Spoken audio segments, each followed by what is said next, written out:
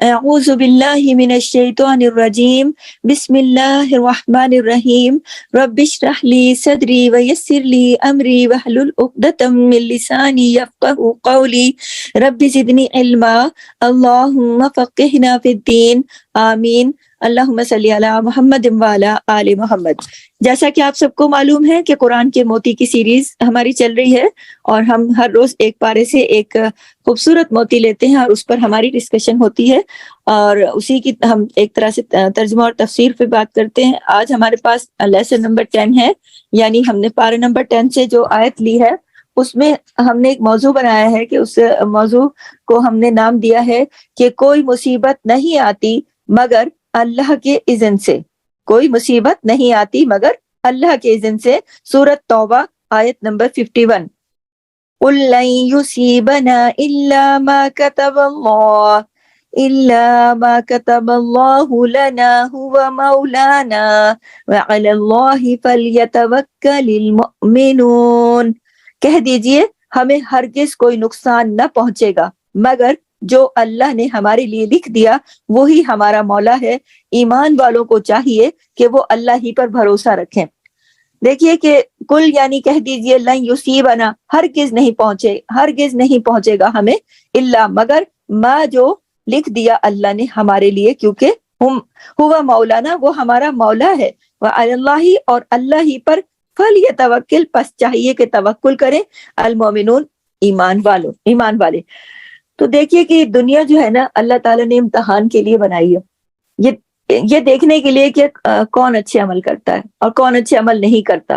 اور کچھ لوگ ہیں کہ وہ اچھی صحت ہوتی ہے، خوشحالی ہوتی ہے، امن ہوتا ہے تو اس میں اچھے عمل کرتے ہیں۔ تو اللہ نے یہ دیکھنا ہے نا کہ تکلیف میں اور تنگی میں اگر مشکل وقت آئے تو پھر کون صبر کرتا ہے، کون مومن ایسا ہے کہ جو اسے نعمتیں ملتی ہیں اس پر خوش ہوتا ہے اور اللہ کا شکر ادا کرتا ہے، اور کون مومن ایسا ہے کہ جو تکلیف آنے پر اللہ سے ناراض نہیں ہوتا، بخوشی صبر کرتا ہے، بلکہ وہ یہ جانتا ہے کہ یہ دونوں ہی امتحان ہے۔ وہ جانتا ہے کہ اس کا رب اپنے بندوں پر ظلم کرنے والا نہیں ہے، اور یوں کبھی آسانی کے ساتھ تکلیف آسانی کے ساتھ آتی ہے۔ تو دیکھیے، تو جو تنگی ہے اور تکلیف ہے یہ زندگی کا ایک عمل ہے۔ کبھی انسان پر سہولت ہوتی ہے، کبھی تنگی ہوتی ہے، کبھی اچھا ہوتا ہے، کبھی برا ہوتا ہے، کبھی آسان ہوتا ہے، کبھی مشکل ہوتا ہے۔ اس کی وجہ کیا ہے؟ یہ سب کچھ کیوں ہے؟ تکلیف کیوں آتی ہے؟ گناہوں کو مٹانے کا سبب بنتی ہے، درجات کی بلندی کا باعث بنتی ہے۔ بندہ مومن جانتا ہے کہ اس مشکل وقت میں اب میرا رب مجھے کچھ سکھانا چاہتا ہے، میری اصلاح کرنا چاہتا ہے، اور یہ کہ یہ میری تقدیر کا حصہ ہے۔ ہمارا ایمان ہے نا تقدیر پر، جیسا کہ اللہ پر، رسولوں پر، آخرت پر، نبیوں پر، کتابوں پر، تو تقدیر پر بھی ایمان ہے۔ جب تک یہ سارے درجے ہمارے پورے نہیں ہوتے تو ہمارا تو ایمان مکمل نہیں ہوتا۔ تو مومن اس چیز کو بہت اچھی طرح سمجھتا ہے کہ جب مومن پر تکلیف آتی ہے تو وہ بہت اچھی طرح سمجھتا ہے کہ یہ میری تقدیر کا حصہ ہے اور یہ اللہ کا فیصلہ ہے، اور اس کا ہر فیصلہ خیر پر مبنی ہے۔ اس کے پیچھے کوئی نہ کوئی حکمت ضرور ہوگی، کوئی نہ کوئی مصلحت ضرور ہوگی، اور اللہ کی حکمت اللہ کے علم پر مبنی ہے۔ اللہ جانتا ہے نا، لہٰذا اس نے جو بھی ہمارے لیے تقدیر بنائی وہ ہمارے حق میں بہتر ہے۔ کتب اللہ لنا، یعنی جو بھی مشکل آتی ہے وہ تقدیر کا لکھا ہوا ہے جو ہمارے حق میں ہے، دراصل وہ ہماری بھلائی کے لیے ہوتا ہے۔ آپ غور کیجئے کہ ہم جو چیز پڑھتے ہیں نا اس سے ہمیں اپنے لیے بہت کچھ سیکھنا ہوتا ہے کہ اللہ تعالیٰ، آیت کی وضاحت کرتی ہوں آپ کو انشاءاللہ اور سمجھ میں آ جائے گا، کہ کہہ دیجئے، نبی پاک صلی اللہ علیہ وسلم سے کہہ رہے ہیں نا، کل اللہ تعالیٰ کہہ رہے ہیں، نبی پاک کو مخاطب کر رہے ہیں کہ کہہ دیجئے ہمیں ہرگز کوئی نقصان نہیں پہنچے گا مگر جو اللہ نے ہمارے لیے لکھ دیا۔ تو تقدیر پر ایمان لانا چاہیے، اس کے بغیر تو ایمان پورا نہیں ہوتا۔ تو اللہ ہی کے اذن سے تکلیف آتی ہے۔ ما اصاب من مصیبت الا باذن اللہ، سورہ تغابن آیت نمبر 11۔ ما اصاب من مصیبت الا باذن اللہ ومن یؤمن باللہ یہدی قلبہ واللہ بکل شیء علیم۔ جو مصیبت آتی ہے وہ اللہ کے اذن سے ہی آتی ہے، اور جو شخص اللہ پر ایمان لائے تو اللہ اس کے دل کو ہدایت بخشتا ہے اور ہر چیز کو وہ جاننے والا ہے۔ تو دیکھیے اللہ تعالیٰ نے قرآن پاک میں واضح کر دیا نا سورہ تغابن کی آیت نمبر 11 میں بھی، کہ جو بھی مصیبت مومن کو پہنچتی ہے وہ اس کی تقدیر کا حصہ، اور اللہ تعالیٰ ہر چیز کو جاننے والا ہے. ہمارا نفع نقصان بھی اللہ کے ہاتھ میں. سورہ یونس کی آیت نمبر 107 میں اللہ تعالیٰ نے فرما دیا اور اگر اللہ تمہیں کوئی تکلیف پہنچائے تو اس کے سوا اسے کوئی دوسرا دور کرنے والا نہیں ہے, اور اگر وہ تمہارے ساتھ کسی بھلائی کا ارادہ کر لے تو کوئی اس کے فضل کو ہٹانے والا نہیں ہے. وہ اسے بندوں میں سے جس کو چاہے پہنچا دیتا, اور وہی بے حد بخشنے والا اور نہایت رحم کرنے والا ہے. اب یہ دیکھیے اللہ تعالیٰ نے کتنا واضح کر دیا سورہ یونس کی 107 آیت کے اندر. اب ہم لوگ ہیں, ہم جو انسان ہیں, ہمارا رویہ کیا ہوتا ہے کہ جب کچھ اچھا ہوتا ہے زندگی میں, خوشیاں چلی آتی ہیں یا بہت, تو اس کو ہم اللہ کا فضل سمجھتے ہیں یا پھر اپنی کوشش سمجھتے ہیں, یا پھر کوئی پریشانی آ جاتی ہے تو پھر کیا سمجھتے ہیں, اس کو اللہ کی طرف سے آزمائش اور اپنے درجے بلند ہونے کا ذریعہ سمجھتے ہیں, یا پھر بیٹھ کے ایک اللہ سے شکایت ہی کرتے رہتے ہیں کہ یہ میرے ہی ساتھ کیوں ہوا,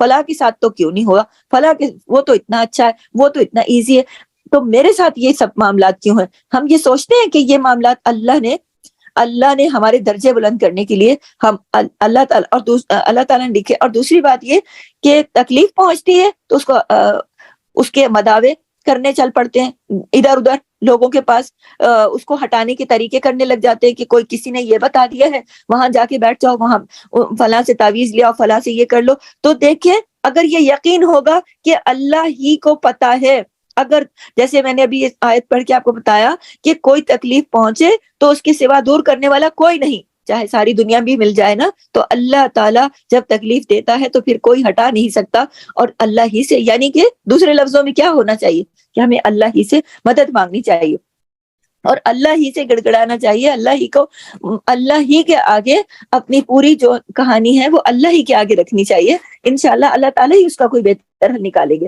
اللہ کے سوا, چونکہ سورہ الاعراف کی آیت نمبر 188 میں اللہ تعالیٰ نے بتا دیا کہ اللہ کے سوا کوئی بھی نفع نقصان کا مالک نہیں ہے.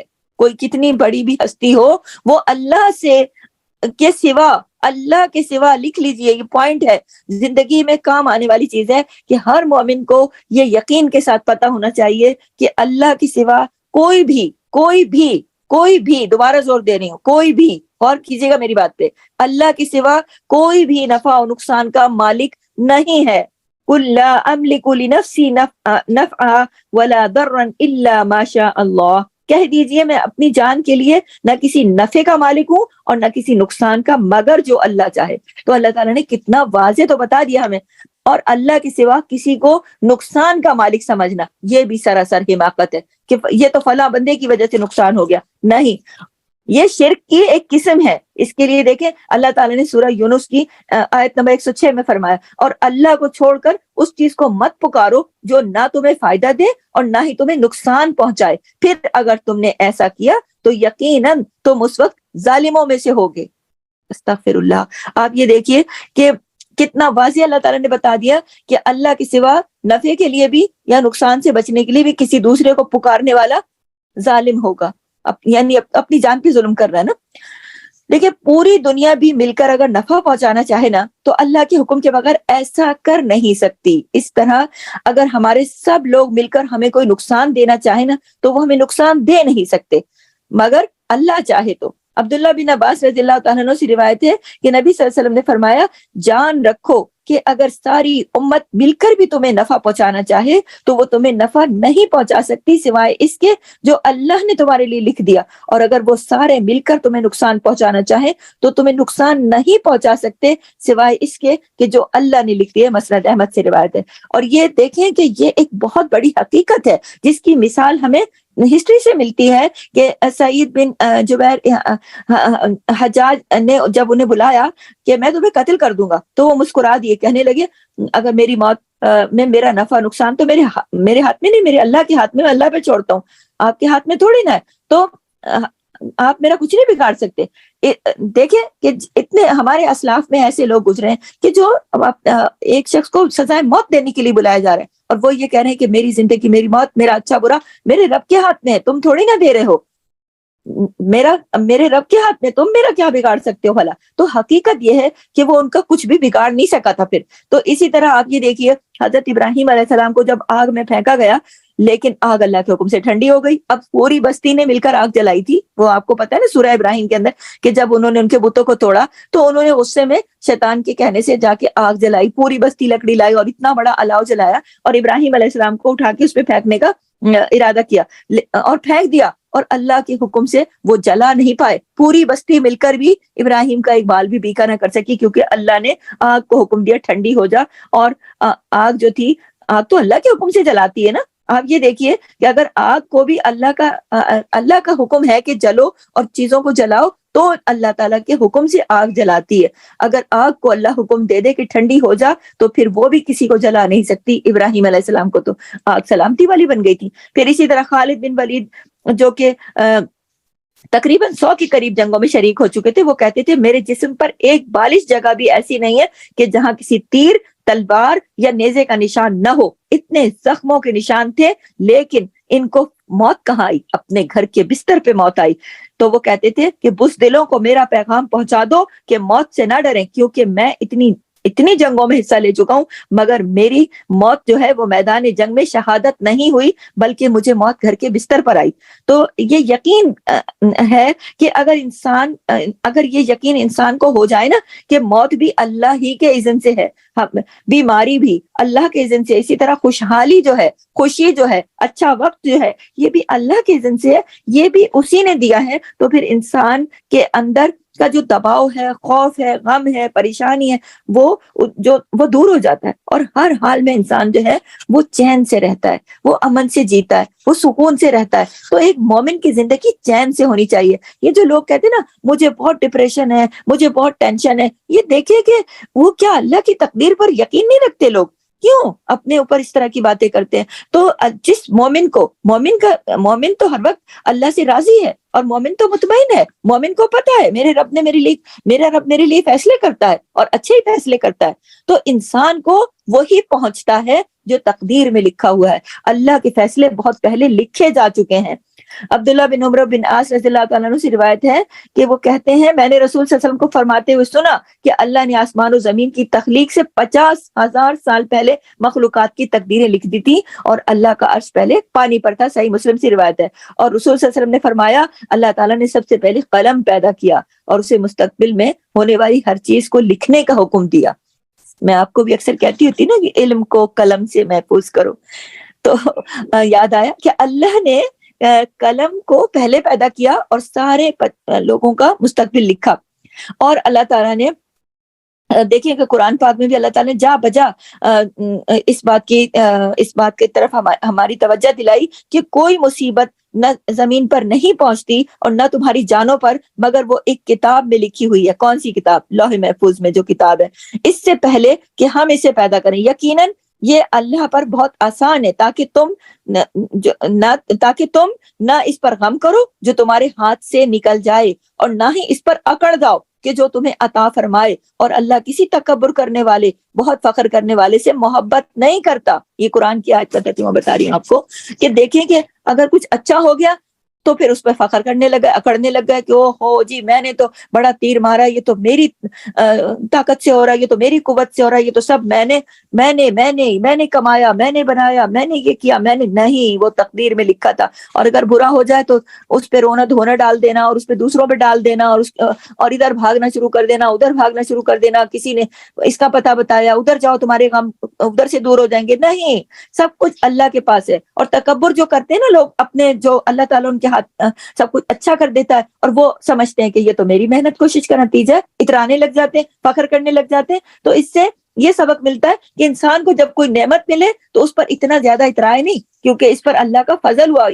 اس کو فوراً اللہ کی حضور اس بات کو اللہ کا شکر ادا کرنا چاہیے کہ مجھ پر اللہ کا فضل ہوا ہے، ورنہ محنت تو بہت سارے لوگ مجھ سے زیادہ بھی کرتے ہیں، اور نتیجے میں کچھ ان کو حاصل نہیں ہوتا جو اللہ کے دینے سے انسان کو حاصل ہوتا ہے. اور قیامت تک یاد رکھیے، قیامت تک ہونے والی ہر چیز لکھی جا چکی ہے. سورہ الحج کی آیت نمبر 70 میں اللہ نے فرما دیا، اور اللہ تعالیٰ نے سورہ یاسین کی آیت نمبر 12 میں فرما دیا، اور ہم نے ہر چیز کو ایک واضح کتاب لوح محفوظ میں ریکارڈ کر رکھا ہے. اللہ اکبر. تو آپ یہ دیکھیے کہ ریکارڈ تو ہو چکا ہے نا, ہر چیز تقدیر سے ہے, ہر چیز. طاؤس کہتے ہیں کہ میں نے رسول صلی اللہ علیہ وسلم کی متعدد صحابہ سے ملاقات کی ہے, وہ کہتے تھے ہر چیز تقدیر سے وابستہ ہے. یہ صحیح مسلم سے روایت ہے. کوئی چیز بھی تقدیر سے آگے نہیں بڑھ سکتی. مسند احمد کی روایت ہے کہ نبی صلی اللہ علیہ وسلم نے فرمایا اگر تقدیر سے کوئی چیز سبقت لے سکتی ہے تو وہ نظر ہے. نظر لگ جاتی ہے نا. عمر جو ہے, رزق, عمل, یہ سب کچھ تقدیر سے ہے انسان کی زندگی. یعنی ابو دردار رضی اللہ تعالیٰ عنہ سے مروی ہے, وہ کہتے ہیں میں نے رسول صلی اللہ علیہ وسلم کو فرماتے ہوئے سنا اللہ ہر بندے کی تخلیق میں 5 چیزیں لکھ چکا ہے, اس کی عمر, اس کا رزق, اس کا عمل, اور یہ کہ وہ شقی ہوگا یا سعید.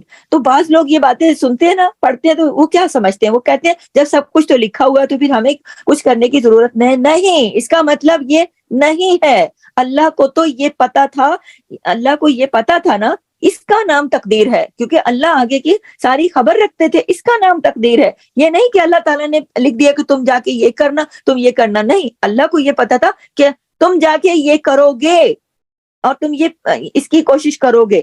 اللہ جو ہے وہ آگے والے علم کے بارے میں سب جانتا ہے. ہم بعض اوقات اپنے تجربات کرتے ہیں اور اپنی محدود معلومات کی روشنی میں پہلے سے پیشن گوئیاں لگاتے ہیں نا ہم. تو اللہ تو ہر چیز پر قادر ہے, وہ تو ہر چیز کے بارے میں اچھے سے جانتا ہے. انسان اندازے لگاتا ہے, انسان کے پاس تھوڑا سا جو علم ہوتا ہے اس پر بھی اندازے لگاتا ہے. تو اللہ تعالیٰ کے پاس تو پورا علم ہے, اللہ تعالیٰ کو تو پورا پتا ہے کہ اس کا, اور اللہ کا, انسان کا علم کامل نہیں ہے, پھر بھی اندازے لگاتا ہے, پھر بھی پیشن گوئیاں کرتا ہے. اور اللہ کا علم جو ہے وہ کامل علم ہے. اللہ کو معلوم تھا کہ کون سی چیز میں پیدا کروں گا, کیا کیا دوں گا, تو اگلا بندہ اس کو کیسے کیسے استعمال کرے گا. تو یہ جو چیز ہے یہ پہلے سے لکھی ہوئی ہے. تو یعنی انسان کا ہر عمل اللہ کے علم میں اس سے پہلے, کہ جب انسان کرتا ہے نا, جب انسان کوئی عمل کرتا ہے, اللہ کو اس سے پہلے پتا ہے کہ اس نے یہ کرنا ہے.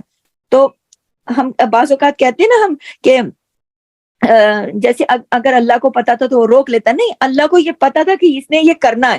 تو بعض اوقات کوئی بچہ چل رہا ہوتا ہے تو ہم کہتے ہیں نا یہ ابھی گر جائے گا. چھوٹے چھوٹے بچے چلنا شروع کرتے ہیں, ہم کہتے ہیں, ہم اندازہ ہوتا ہے یہ ابھی گر جائے گا. تو صرف تجربات کی بنا پہ ہم یہ بات کرتے ہیں نا, ایسے ہم دیکھتے ہیں. تو اللہ کا تو علم کامل ہے, مکمل ہے, جس کی بنا پر وہ پہلے سے جانتا ہوتا ہے کہ انسان کیا کرنے والا ہے. تو یہ چیز لکھی ہوئی ہے. تو انسان کی جو بلکہ سنن نبی داؤد سے روایت ہے کہ انسان کی جو رنگت ہے اور جو انسان کا مزاج ہے یہ بھی تقدیر سے ہے. اس کے بارے میں رسول صلی اللہ علیہ وسلم نے فرمایا کہ بے شک اللہ نے آدم کو ایک مٹھی مٹی سے پیدا کیا ہے جسے ساری زمین سے جمع فرمایا گیا. پس بنی آدم زمین کی مٹی کے لحاظ سے ہیں, ان میں سے مٹی کے رنگ تھے نا, کوئی سرخ مٹی تھی, سفید تھی, سیاہ تھی. تو پس بنی آدم مٹی کے لحاظ سے ان میں سے کوئی سرخ ہے اور کوئی سفید, کوئی سیاہ, اور کوئی ان کے درمیان. کوئی نرم کوہ ہے تو کوئی سخت طبیعت, کوئی بری طبیعت کے مالک ہے اور کوئی اچھی طبیعت والے ہیں. تو انسان کی تخلیق جس مٹی سے ہوئی اس کے اندر یہ ساری چیزیں تھیں. تو اس لیے آزمائش جو ہوتی ہے نا, وہ بھی اس کا جو آنا ہے انسان کی زندگی میں یہ بھی تقدیر سے ہے. تو حسن کہتے ہیں کہ بے شک اللہ نے مخلوقات کو پیدا کیا تو ان کے ساتھ ان کی تقدیر کو پیدا کیا, ان کی عمروں کو تقدیر کے مطابق تقسیم کیا, ان کے رزق کو تقسیم کیا, آزمائش, صحت, تندرستی سب کو تقدیر کے مطابق تقسیم کیا. بیماری جو ہے وہ بھی تقدیر کا حصہ ہے. اخلاق بھی اللہ نے تقسیم کیے ہیں. عقل مندی اور بے وقوفی بھی تقدیر سے ہے. رسول صلی اللہ علیہ وسلم نے فرمایا ہر چیز تقدیر سے وابستہ ہے, یہاں تک کہ فہم و فراست اور بے بسی بھی. صحیح مسلم سے روایت ہے یہ. اور اولاد کا ملنا, موت کا جو ہے وقت مقرر ہونا, جگہ مقرر ہونا, تقدیر میں جو کچھ لکھا ہے اس میں وہ ہوتا ہے. اس میں نہ تو زیادتی ہو سکتی ہے اور نہ ہی اس میں کمی ہو سکتی ہے. ہاں, احتیاط کرنا, اور احتیاط کرنا جو ہے نا وہ توکل کے منافی نہیں ہے, یہ یاد رکھیے. کیونکہ دیکھیے اللہ نے انسان کو ارادہ اور اختیار دیا ہے, اور یہ بھی تقدیر کا حصہ ہے کہ اس کو جیسے باقی رزق ملتے ہیں تو یہ رزق بھی ملا ہے. تو پھر اللہ کو پہلے سے ہی پتا تھا کہ یہ اپنے ارادے اور اختیار کو کس طرح استعمال کرے گا, کیونکہ اللہ نے انسان کو ارادہ اور اختیار دیا ہے نا, اور اللہ کے پاس یہ علم ہے کہ اسے پتا ہے کہ یہ ارادے کو کیسے اور اپنا جو اختیار ہے اس کو استعمال کیسے کرے گا. یہ بات ہے اصل بات. اور پھر بعض اوقات ہم سوچتے ہیں پھر اگر سب کچھ لکھا ہوا تو ہم کیوں احتیاط کریں. نہیں, احتیاط کریں, اللہ نے آپ کو ارادہ دیا ہے, آپ کو اختیار دیا ہے, اس کے مطابق کریں. تو مطرف بن عبداللہ کہتے ہیں کہ کسی کو ایسے نہیں ہونا چاہیے کہ وہ اونچے پہاڑ پر چڑھ کر خود کو اس سے نیچے گرا لے اور کہے یہ تو میرے رب نے میری تقدیر میں لکھا ہے، نہیں، بلکہ اسے احتیاط اور کوشش کرنی چاہیے اور بچاؤ کرنا چاہیے۔ پھر میں دوبارہ عرض کر رہی ہوں کہ اگر اپنی احتیاط اور کوشش کے بعد پھر اگر اسے تکلیف پہنچے تو وہ یقین رکھے کہ یقیناً اسے کوئی مصیبت نہیں پہنچ سکتی مگر صرف وہی جو اللہ نے اس کے لیے لکھ دی ہے۔ تو تقدیر پر ایمان لانے کی بہت زیادہ اہمیت ہے۔ تقدیر پر ایمان لانا جو ہے نا، ایمان کا ایک اہم رکن ہے۔ رسول صلی اللہ علیہ وسلم نے فرمایا کوئی بندہ اس وقت تک مومن ہو نہیں سکتا جب تک 4 چیزوں پر ایمان نہ لائے۔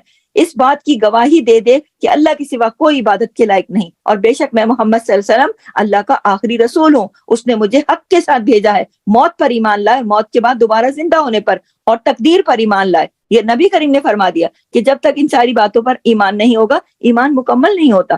تو تقدیر پر بھی ایمان لانا ایمان کی شرط ہے۔ ایمان کی جو اصل حقیقت ہے، نبی صلی اللہ علیہ وسلم نے فرمایا ہر چیز کی ایک حقیقت ہوتی ہے، اور کوئی شخص اس وقت تک ایمان کی حقیقت کو پہنچ ہی نہیں سکتا جب تک اسے یہ یقین نہ ہو جائے کہ اسے جو چیز پہنچی ہے وہ اس سے خطا نہیں ہو سکتی تھی، اور جو چیز خطا ہو گئی ہے وہ اس تک نہیں پہنچ سکتی تھی۔ یعنی کہ اگر یہ مسند احمد کی روایت ہے کہ دیکھیں اگر کوئی چیز آپ کو زندگی میں نہیں ملی تو آپ کو یقین ہونا چاہیے کہ یہ اللہ نے جب تک اسے یقین نہ ہو کہ جو چیز پہنچی ہے وہ اس سے خطا نہیں ہو سکتی تھی، اور جو چیز خطا ہو گئی اس تک پہنچ نہیں سکتی تھی۔ یعنی کہ ہمیں اس بات کا یقین ہونا چاہیے کہ انسان کو کوئی تکلیف آتی ہے تو اس کو سہنا آسان ہوتا ہے کہ یہ اگر وہ یہ سوچ لے کہ یہ میرے مکتوب میں لکھی ہوئی تھی تو یہ ہونا ہی تھا، اور اس کے پیچھے ضرور کوئی حکمت ہے، اور اللہ کی حکمت علم پر مبنی ہے۔ اللہ اپنے بندوں پر ظلم کرنے والا نہیں ہے، اس میں ضرور کوئی خیر ہوگی، اس چیز کے آنے کا کوئی مقصد ہوگا۔ جب بندہ مومن یہ سوچتا ہے نا کہ اس کا اللہ تعالیٰ نے اس میں کوئی حکمت رکھی ہے، میرے لیے کوئی فائدہ رکھا ہے، کوئی خیر ہے، اور اس کا کوئی مقصد ہے اور میرے لیے کسی بھلائی کا سبب ہے، تو بندے کو اس پر یقین ہو جاتا ہے۔ یہی ایمان جو ہے اسی چیز کا نام ہے۔ ایمان کی اصل حقیقت یہی ہے، اور تقدیر کو جھٹلانا اور اس سے اعمال کی عدم، جو تقدیر کو جھٹلاتے ہیں نا اس سے عدم قبولیت ہوتی ہے اعمال کی۔ ابو امامہ رضی اللہ تعالیٰ نے فرماتے کہ رسول صلی اللہ علیہ وسلم نے فرمایا 3 لوگوں سے اللہ نہ کوئی فرض قبول کرے گا اور نہ ہی کوئی نفل۔ کون سے ہیں 3 لوگ؟ یعنی ان کا کوئی بھی اچھا عمل چاہے وہ فرض لے کر آئیں یا کوئی نفل لے کر آئیں قبول نہیں ہوگا۔ نمبر 1 والدین کا نافرمان، نمبر 2 احسان کا جتانے والا، اور نمبر 3 تقدیر کو جھٹلانے والا۔ اللہ اکبر، استغفر اللہ۔ اور آپ یہ دیکھیے کہ اگر جو تقدیر کا انکار کرنے والے ہیں ان کے پاس عمر رضی اللہ تعالیٰ نے کہتے ہیں کہ قسم کھا کر فرماتے تھے کہ اگر تقدیر کا انکار کرنے والوں میں سے کسی کے پاس احد پہاڑ کے برابر سونا ہو اور وہ سب کا سب اللہ کی راہ میں خرچ کر دے تب بھی اللہ اسے قبول نہیں کرے گا جب تک وہ تقدیر پر ایمان نہ لائے۔ اور یہ صحیح مسلم سے۔ تو آپ یہ دیکھیے کہ تقدیر پر ایمان لانا اتنا ضروری ہے کہ اللہ احد پہاڑ کے جتنے دیا ہوا صدقہ بھی قبول نہیں کرے گا اس بندے کا جو کہ تقدیر پر ایمان نہیں لاتا۔ اور تقدیر پر جو تقدیر کا انکار کرتے ہیں ان کے لیے سزا ہے۔ سورہ قمر کی آیت نمبر 48-49 میں اللہ تعالیٰ نے فرما دیا کہ دوزخ میں آگ لگنے کے مزے چکھو، بے شک ہم نے ہر چیز کو ایک مقرر اندازے پر پیدا کیا ہے۔ تو نبی صلی اللہ علیہ وسلم نے فرمایا یہ آیت میری امت کے آخری زمانے کے لیے جو اللہ عز و جل کی جو تقدیر کو جھٹلانے والے لوگ ہیں نا، یہ ان لوگوں کے بارے میں خاص طور پر اللہ تعالیٰ نے نازل فرمائی ہے جو لوگ تقدیر کا آخری زمانے میں انکار کریں گے، تو اللہ تعالیٰ پھر ان کے لیے فرمائے گا کہ اب چکھو دوزخ کے مزے۔ تو آپ یہ دیکھیے کہ تقدیر پر انکار کرنے والوں کی سزا، ایک اور سزا بھی ہے، جنت سے محرومی۔ اور نبی صلی اللہ علیہ وسلم نے فرمایا جنت میں والدین کا نافرمان اور جادو پر ایمان رکھنے والا، آدی شرابی اور تقدیر کو جھٹلانے والا داخل نہ ہوگا۔ یہ مختلف کیٹیگریز بتائی ہیں نبی کریم صلی اللہ علیہ وسلم نے کہ جو والدین کا نافرمان ہوگا ظاہر معافی نہیں مانگے گا، اور پھر ان والدین ناراض ہی دنیا سے چلے جائیں اور پھر بھی وہ اسے احساس نہیں ہو، وہ جنت میں داخل نہیں ہوگا۔ اور جو جادو پر ایمان رکھتے ہیں کہ ہم دوسروں پہ جادو کر لیں یا پھر ہم جادو سے اپنے کام بنا لیں، ہمارا یہ کام رکا ہوا ہے تو ہم اس کو جادو سے کروا لیں، یہ سب جادو پر جو یقین اور ایمان رکھتے ہیں نا کہ ہم جادو سے اس کو یوں پلٹ سکتے ہیں وہ پلٹ سکتے ہیں، وہ جنت میں داخل نہیں ہوں گے۔ اور پھر آدھی شراب پینے والا اور تقدیر، یہ مطلب اس کی اس میں پوری کیٹیگری بتائی گئی نا کہ جو اور تقدیر کو جھٹلانے والا۔ تو اور تقدیر پر ایمان لانے کے فائدے بھی سن لیں کہ جو تقدیر پر ایمان مسلمان جو قدر پر ایمان لانا مسلمان کو اپنے رب پر توکل کرنے والا بنا دیتا ہے. جو ایمان لاتا ہے تو اللہ تعالیٰ پر وہ اللہ تعالیٰ سے توکل کرنے والا بنا دیتا ہے. تو مسلمان جو ہے وہ اسباب کو اختیار کرتا ہے مگر وہ ان پر بھروسہ نہیں کرتا کیونکہ وہ جانتا ہے کہ ہر چیز اللہ کی قدرت اور مشیت کے مطابق ہوتی ہے.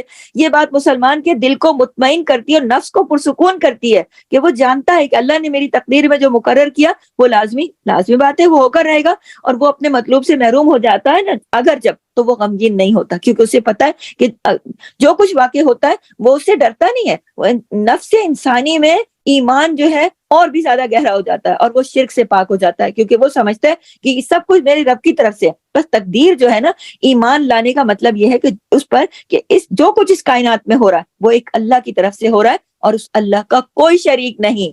تو یہ تقدیر جو ہے تقدیر پر راضی رہنے والے کی دنیا بھی جنت بن جاتی ہے.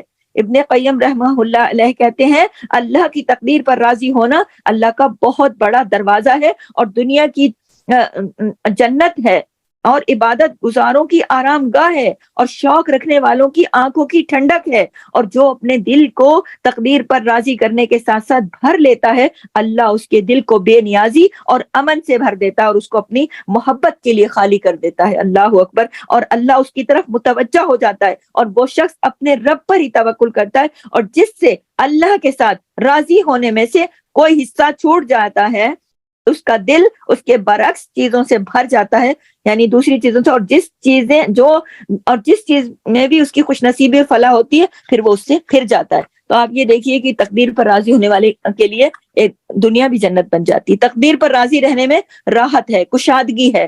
ابن مسعود رضی اللہ تعالیٰ سے مروی وہ کہتے ہیں اللہ تبارک تعالیٰ نے اپنے انصاف اور علم کی وجہ سے راحت اور کشادگی کو یقین اور رضا میں رکھا ہے اور غم اور پریشانی کو شک اور ناراضگی میں رکھا. تو قیامت کے دن اس شخص کے بھی درجات بلند ہوں گے جو تقدیر پر ایمان رکھتا ہے. اور مصائب کے حوالے سے تقدیر پر ایمان رکھنے کے 10 قواعد ہیں. اللہ کا علم جو ہے ہر چیز پر محیط ہے. یقین رکھیے اور نوٹ کیجئے اللہ کا علم ہر چیز پر محیط ہے. کائنات میں واقع ہونے والا ہر خیر اور ہر شر اللہ کے ارادے سے ہوتا ہے. نمبر 3 تقدیر میں لکھا اللہ کا ہر فیصلہ حکمت اور مصلحت پر مبنی ہے. یہ تو مومن کو یقین ہونا چاہیے جو بھی ہو جائے اسی میں میرے لیے بھلائی اسی میں حکمت ہے. نمبر 4 یہ ہے کہ بظاہر آنے والے شر میں بھی خیر ہوتی ہے اور شر کے فیصلے میں بھی خیر چھپی ہوتی ہے. اور کیجئے کہ بظاہر تو وہ برا لگ رہا ہوتا ہے کہ اس میں تو شر ہے لیکن اللہ چاہے تو اس میں بھی خیر چھپی ہوتی ہے. اور بعض اوقات ایسا ہوتا ہے کہ بظاہر بہت خیر والا فیصلہ نظر آ رہا ہوتا ہے لیکن اس میں بھی شر ہو سکتی ہے. اور چھوٹی سی بعض اوقات تکلیف آ جاتی ہے اور وہ بڑی تکلیف کو روکنے کا باعث ہوتی ہے.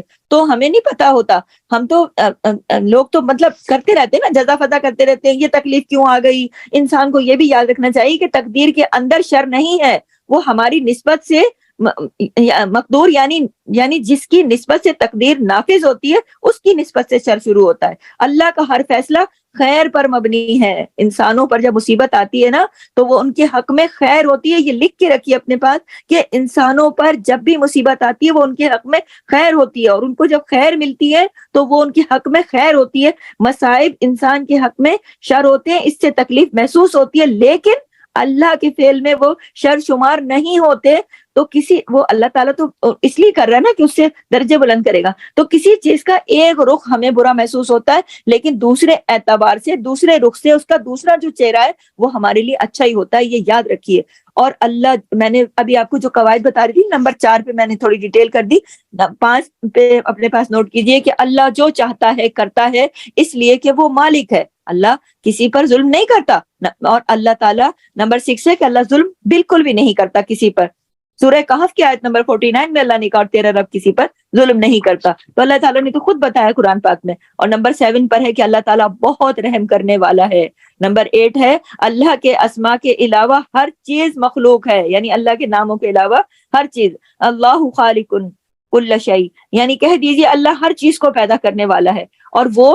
اور اس نے ہر چیز، سورہ فرقان کی آیت نمبر 2 میں اللہ نے فرمایا اور اس نے ہر چیز کو پیدا کیا اور پھر اس کا اندازہ مقرر کیا، پورا اندازہ. یہ جو اندازہ ہے نا یہی تقدیر ہے. اور اللہ تعالیٰ سورہ صفات کی آیت نمبر 96 میں فرماتے ہیں حالانکہ اللہ نے ہی تمہیں پیدا کیا، اسے بھی جو تم کرتے ہو۔ اللہ اکبر۔ ہمارے جو کام ہیں وہ بھی اللہ کی مخلوق ہے۔ انسان اگر یہ جان لے تو پھر اس کو یہ سمجھ آ جاتی ہے کہ اس کا جو دشمن ہے وہ کمزور ہے اور اس کا ہیلہ کم ہے، اور یہ کہ وہ بھی اللہ کی مخلوق ہے۔ خالق صرف اللہ ہے، خالق صرف اللہ ہے اور کوئی بھی اس کا شریک نہیں۔ اللہ نے دنیا کے لیے قاعدہ بنایا ہے کہ یہاں حالات بدلتے رہیں گے، نہ رات ہمیشہ رہے گی اور نہ دن ہمیشہ رہے گا، کیونکہ یہ امتحان ہے نا، امتحان گاہ ہے۔ یہ دنیا جو ہے امتحان گاہ ہے، اس میں تو حالات بدلتے رہیں گے، کبھی غم کبھی خوشی، کبھی کیسا، کبھی اچھا کبھی برا، کبھی رات اور کبھی دن، اسی طرح۔ تو سورہ آل عمران میں اللہ نے فرمایا اور یہ تو دن ہیں، ہم انہیں لوگوں کے درمیان باری باری بدلتے رہتے ہیں۔ تو اللہ کی تقدیر مومن اور کافر اور نیک اور بد پر جاری ہوتی رہتی ہے، سب کے لیے تبدیلی ہوتی رہتی ہے۔ اور جو میں نے قواعد نوٹ کرا رہی ہوں نمبر 10 پر لکھی ہے، تقدیر کے فیصلوں پر صبر کرنا چاہیے۔ وَاسْتَعِینُوا بِالصَّبْرِ وَالصَّلَاةِ، اور سورہ بقرہ کی آیت نمبر 45 ہے یہ، اور صبر کرو کس کے ساتھ؟ اور صبر اور نماز کے ساتھ مدد طلب کرو، یعنی جب بھی کوئی مشکل ہو، کوئی پریشانی ہو، اللہ تعالیٰ نے اس کا حل بتایا ہے۔ قرآن کی آیت نمبر سورہ بقرہ کی آیت نمبر 45 کے اندر وَاسْتَعِینُوا بِالصَّبْرِ وَالصَّلَاةِ، اگر تمہیں کوئی بھی مشکل پیش آئے تو تم کیا کرو؟ صبر اور نماز کے ساتھ مدد طلب کرو۔ یہ نہیں کہ ادھر بھاگ جاؤ ادھر بھاگ جاؤ، اس کے پاس بھاگ جاؤ، کوئی کسی کے مسئلے کا حل کر ہی نہیں سکتا۔ مسئلے کا حل، مشکل کا حل اللہ کے پاس ہے۔ اور کیسے تلاش کرو مشکل کا حل؟ بار بار اس بات پہ زور دے رہی ہوں، نوٹ کر لیجیے اپنے پاس کہ کیسے مشکلوں کو حل کرنا ہے۔ وَاسْتَعِینُوا بِالصَّبْرِ وَالصَّلَاةِ، یعنی کہ اور صبر اور نماز کے ساتھ اللہ سے مدد طلب کرو۔ کوئی بھی مشکل ہو، کوئی بھی پریشانی ہو، کوئی بھی غم ہو، کوئی بھی ضرورت ہو، کوئی بھی حاجت ہو، کوئی بھی کام ہو، جو کچھ بھی ہو، آپ نے کس سے مدد طلب کرنی ہے؟ اللہ سے۔ کیسے؟ صبر اور نماز کے ساتھ۔ یعنی اگر کچھ مشکل آ گئی، اول تو اس پہ صبر کرنا ہے، لان تان نہیں کرنی، زبان کو بند رکھنا ہے۔ دوسرا، نماز پڑھ کے، نفل حاجت پڑھ کے اللہ سے دعا مانگے، اللہ سے بات کرے، اللہ یہ میرا مسئلہ ہے، یہ اس کو تو بہترین طریقے سے حل کرنے والا، تو اس کی سب چیزیں جانتا، میں نہیں جانتی۔ اللہ تعالیٰ اس کو جب اللہ نے خود فرمایا قرآن میں کہ صبر اور نماز کے ساتھ مدد طلب کرو، تو پھر یہی طریقہ اپنانا چاہیے۔ اور مصائب کو ہلکا کیسے کیا جائے؟ قیم نے زاد المعاد میں لکھا ہے کہ اس میں کچھ چیزیں بیان کی ہیں جو کہ مصیبت کو ہلکا کرتی ہیں۔ یعنی نمبر 1 نوٹ کیجئے کہ اگر آپ چاہتے ہیں کہ یہ ہلکا ہو تو جو مصیبت پہنچی اس پر پہلے صبر کرنا ہوگا۔ اپنے سے زیادہ مصیبت والے شخص کو دیکھیں، نمبر 2 تو اس کی تکلیف ہلکی، یعنی اپنے سے نیچے دیکھے نا، کہ اگر کوئی آدمی غریب ہے تو وہ کہے اپنے سے نیچے والے غریب کو دیکھے تو اس کو پتہ لگے کہ اس کو اپنی مصیبت ہلکی لگے گی۔ کوئی بیمار ہے تو اگر اپنے سے زیادہ والے بیمار کو دیکھے تو پھر اس کو لگے گا کہ میری تو ہلکی ہے۔ اور سب سے پہلے میں نے بولا مصیبت پر صبر کرے۔ دوسرا کیا ہے کہ اپنے سے زیادہ والے جو شخص مبتلا ہے اس کو دیکھے۔ نمبر 3 کیا کرے؟ اس کو بے صبری کا مظاہرہ نہیں کرنا چاہیے۔ مصائب کو ہلکا کرنے کے لیے بے صبری ہرگز نہ کرے۔ گھبراہٹ سے واویلا کرنے سے مصیبت ٹلتی نہیں ہے بلکہ اور اضافہ ہو جاتا ہے۔ نمبر 4 کیا کرے؟ صبر اور ثواب سے محروم نہ ہو، کیونکہ جب بے صبری کرے گا، واویلا کرے گا تو صبر بھی چلا گیا۔ صبر بہت بڑی دولت ہے اور اللہ کا ساتھ ہوتا ہے صبر والے کے ساتھ، ان اللہ مع الصابرین، تو اللہ اس کا ساتھ، وہ محروم ہو جاتا ہے، اور جو اللہ تعالیٰ ثواب دے رہے ہوتے ہیں نا اس مشکل کی وجہ سے وہ بھی چلا جاتا ہے۔ تو اور 5 کیا کرے؟ صبر اختیار کرے اور اجر کی امید رکھے، یہ جان لے، بے صبری نہ کرے۔ بے صبری کرنے سے شیطان خوش ہوتا ہے، اور صبر پر قائم رہے اور امید رکھے کہ اس کے اوپر اللہ تعالیٰ مجھے اجر دیں گے۔ اور نمبر 6 کہ جب تک مصیبت باقی رہے صبر سے لذت محسوس کرے، بس صبر کا دامن اپنے ہاتھ سے نہ چھوڑے، بلکہ اپنے ہی اندر چپ کے اپنے رب کو پکارتے رہیں، اس کا ذکر کرتے رہیں، اور آپ کے دل میں اس سے یقیناً اللہ کی محبت میں اضافہ ہو جائے گا۔ اور نمبر 7 یہ ہے کہ مصیبت کو بھی اللہ کی رحمت سمجھیں۔ جب انسان مصیبت کو اللہ کی رحمت سمجھتا ہے نا تو اللہ تعالیٰ اس کو اس مصیبت میں تباہ نہیں کرتے، بلکہ اللہ تعالیٰ اس کو اینڈ پہ اس کے لیے رحمت کا باعث بنا دیتے ہیں۔ اور نمبر 8 ہے کہ مصائب کو ناپسند نہ کریں، کہ کتنی اچھی چیزیں ہوتی ہیں نا تو انسان کو ناپسند ہوتی ہیں، لیکن اس میں سے نجات، بعض چیزیں ایسی ہوتی ہیں نا جو انسان کو ناپسند ہوتی ہیں لیکن نجات کا ذریعہ ہوتی ہیں نا، تو اس لیے اس کو ناپسند نہیں کرنا۔ اللہ کے مولا ہونے کا تقاضا یہ ہے کہ دیکھیے اللہ اس میں جیسے اللہ نے فرمایا نا، میں نے آج جو آیت پیش کی ہے کہ ہم اس پر اس کی تقدیر مطلب قضاء و قدر پہ راضی ہیں۔ اگر ہم اللہ کے مولا ہونے کا یقین رکھتے ہیں، تقاضا ہی یہ ہے، تقاضا ہی یہ ہے کہ ہم اللہ کے ہر فیصلے میں بھلائی، اس بات کا ہمیں یقین ہے نا، اللہ ہی ہماری قضا و قدر کا مالک ہے، اور اس کے ہر فیصلے میں ہمارے لیے بھلائی ہے، اور اللہ بھلائی کا ارادہ رکھتا ہے۔ صحیح بخاری میں بھی اللہ روایت ہے، رسول صلی اللہ علیہ وسلم نے فرمایا جس کے ساتھ بھلائی کا ارادہ کرتا ہے اس کو مصیبت میں مبتلا کرتا ہے۔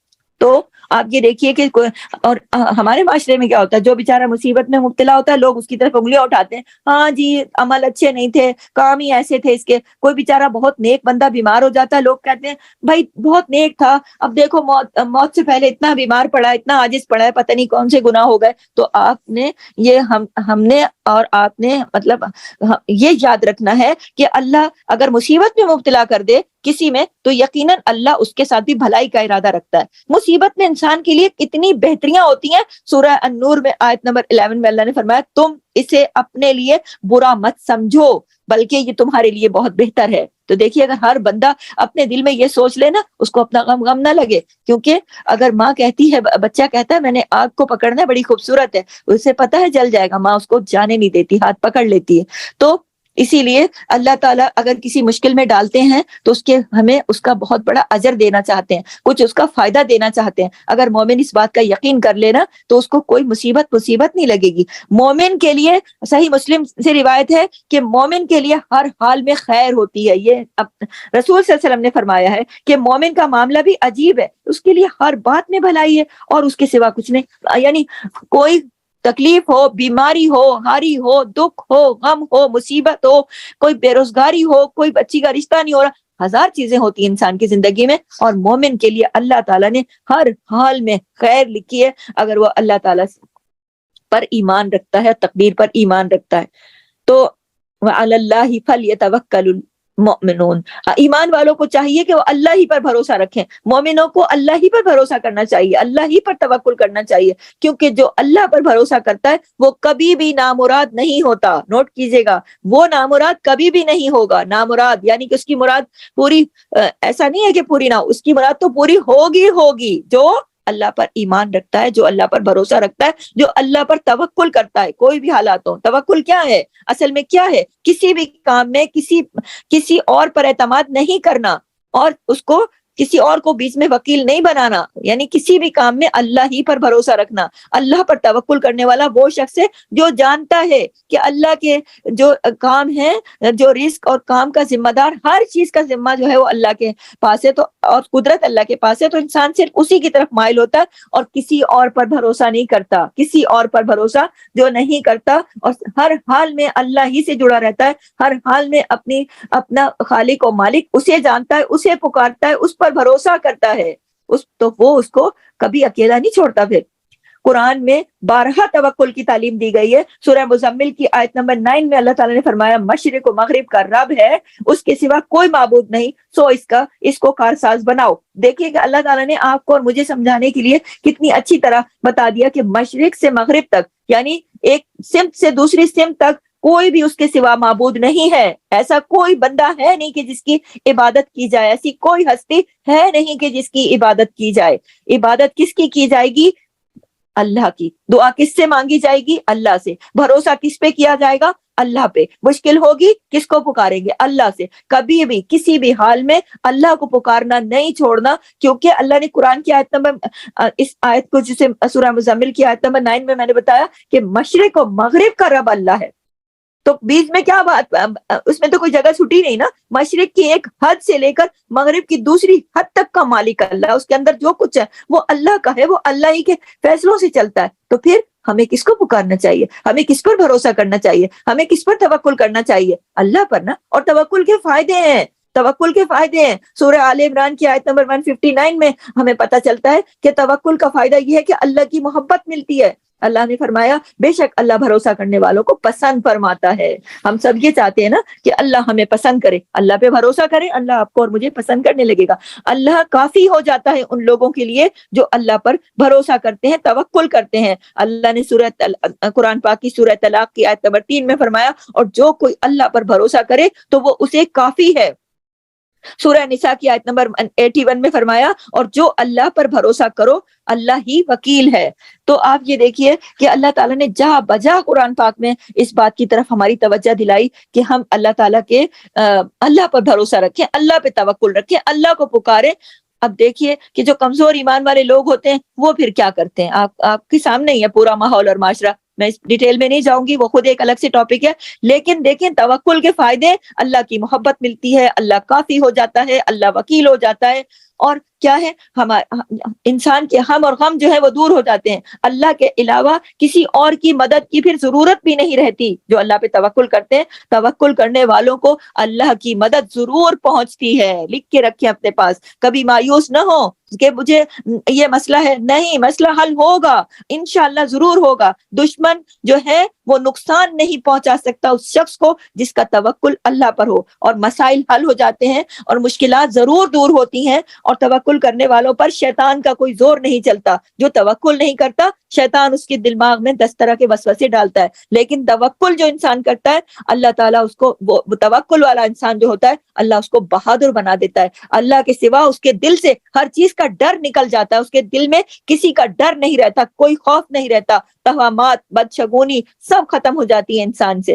زائل ہو جاتی ہیں، جادو، حسد، نظر بد، یہ جو نظر بد ہے اس سے بھی حفاظت ہوتی ہے جب اللہ پہ توکل کرے اور اللہ کا کلام پڑھے، اپنے دل سے یہ باتیں نکال دیں کہ کوئی مجھ پر جادو کر دے گا، ہائے کوئی مجھ سے حسد کر کے میری چیزیں جلا دے گا، کوئی مجھے نظر بد لگا کے، یہ بھائی اللہ کا کلام پڑھیں اور پھر اللہ پہ توکل رکھیں کہ میں نے اللہ تعالیٰ نے جو طریقہ بتایا ہے میں نے اختیار کیا ہوا ہے، جس طرح اللہ چاہتا ہے میں اس کے مطابق اپنی زندگی گزار رہی ہوں، کوئی جادو نہیں چلے گا آپ کے اوپر، کوئی حسد کرتا رہے تو بے شک کرتا رہے، آپ کو کوئی نقصان نہیں ہوگا، نظر بد سے آپ محفوظ رہیں گے اللہ کے حکم سے انشاءاللہ، اور آخرت میں بھی اس کا بہت بڑا اجر ہے، جنت ہے ان لوگوں کے لیے، بلا حساب جنت میں داخلہ ہوگا ان لوگوں کا جو اللہ پر توکل کرتے ہیں، بھروسہ کرتے ہیں، بہت بڑی بات ہے، لکھ کے رکھیں۔ دیکھیں آپ اور میں سب یہ چاہتے ہیں نا کہ ہم بلا حساب کتاب جنت میں داخل ہوں، تو بلا حساب کتاب جنت میں داخل ہونے والے کے لیے اللہ پر توکل اور اللہ پر بھروسہ کرنا بھی ضروری ہے۔ کن کن کاموں میں اللہ پہ توکل کرنا چاہیے؟ اپنے ہر کام میں، ہر معاملے میں اللہ پر توکل، کوئی بات غمگین کرے اللہ پر توکل کریں، لوگوں کی لوگ اذیتیں دیں کوئی بات نہیں، آپ اس کے مقابلے میں اللہ پر توکل کریں کہ اللہ لے گا ان سے بدلہ خود ہی، اگر لوگ اگنور کریں آپ سے، اللہ پر توکل کریں، کرتے ہیں تو کرنے دو، مجھے کوئی فرق نہیں پڑتا، میں اپنے رب پہ بھروسہ کرتی ہوں۔ جب دشمنوں کا خوف ہو آپ کو اللہ پر توکل کریں، دل کی کیفیت کے ساتھ ساتھ زبان سے اظہار بھی کریں، اپنے دل میں بھی لائیں کہ میرے ساتھ میرا اللہ ہے، اور اپنی زبان سے بھی اس بات کا اظہار کریں کہ اللہ تو میرے ساتھ ہے۔